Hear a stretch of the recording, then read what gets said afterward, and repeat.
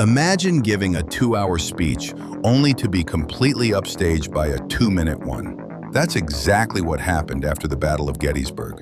In July 1863, the Civil War saw its bloodiest battle. Confederate General Robert E. Lee invaded the North, feeling confident after a string of victories.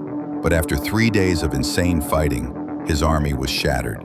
The turning point was a disastrous attack called Pickett's Charge, where thousands of Confederate soldiers marched across a mile of open field straight into a storm of Union firepower. It was a crushing defeat for the South, and Lee would never invade the North again.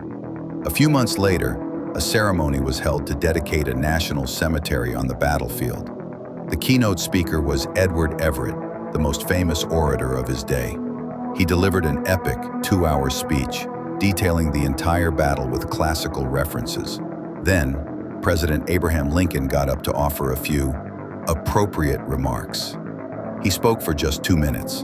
His speech was only 272 words long. But in those 2 minutes, Lincoln redefined the entire purpose of the war. He spoke of a new birth of freedom and a nation dedicated to equality. Everett himself later wrote to Lincoln saying, "I wish that I could flatter myself that I had come as near to the central idea of the occasion in 2 hours as you did in 2 minutes."